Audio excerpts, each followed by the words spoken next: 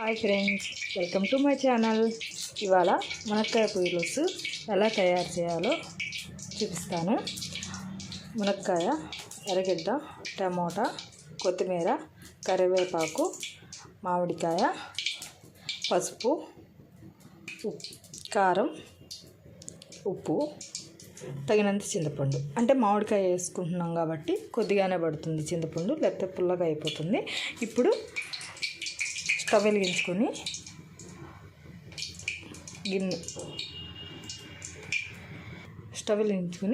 Pan పెట్టుకుందాం. కొద్దిగా oil వేసాను, 2 స్పూన్ల ఆయిల్ వేసాను. ఆయిల్ వేడెక్కింది. ఇప్పుడు పోపు దినుసులు వేసుకుందాం.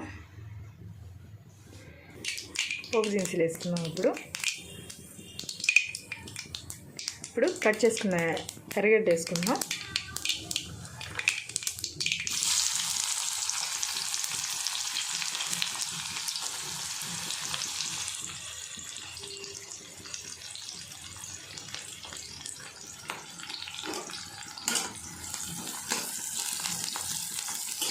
కొంచెం ఎర్రగా వేగేదాకా ఎర్రగడ్డ వేయించుకోవాలి.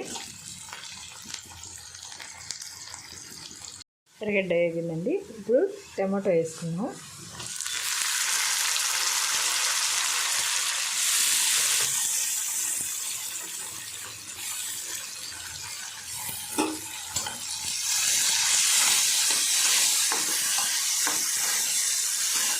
కొంచెంసేపు మగ్గనిద్దాం టమాటాని.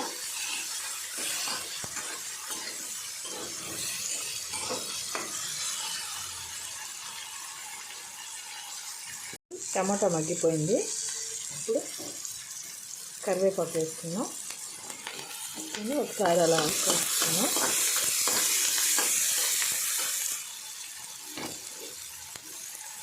తర్వాత మునక్కాయలు వేసుకున్నాం. ఒకసారి కలుపుకున్నాం. కొంచెం మునక్కాయలు నూనెలో వాడితే బాగుంటుంది. పచ్చివాసన అనేది త్వరగా పోతుంది నూనెలో వేగడం వల్ల. మునక్కాయ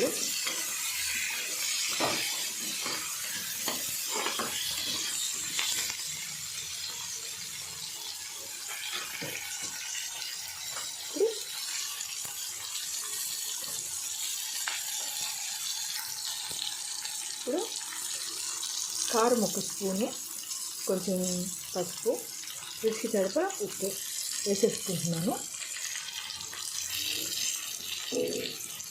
వేసుకొని ఒకసారి కలుపుకుందాం. ఒక 2 నిమిషాలు అట్లా మగ్గిద్దాం నూనెలోనే. ఇప్పుడు మగ్గింది. ఇప్పుడు చింతపండు రసం వేసేసుకుందాం.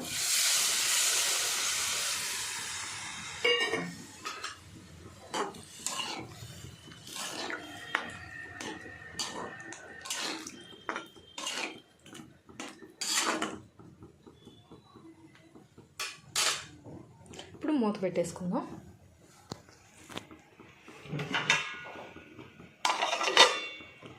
ఒక 10 మినిట్స్ అలా ఉడికిపోతుంది. 10 మినిట్స్లో ఇప్పుడు ఒకసారి ఓపెన్ చేసి చూద్దాము. ఇట్లా ఉడికింది కదా. ఇప్పుడు ఇందాక కట్ చేసుకున్న మామిడికాయలు వేసుకున్నాం. మామిడికాయ ఇట్లా వేసుకుంటే కరిగిపోదన్నమాట పులుసులో. అందుకని కొంచెం దగ్గర పెట్టాక మామిడికాయ ఇట్లా వేసుకోవాలి. ఇప్పుడు మెంతుల పొడి కూడా వేస్తున్నాం. కొంచెం మెంతుల పొడి వేసుకున్నాం.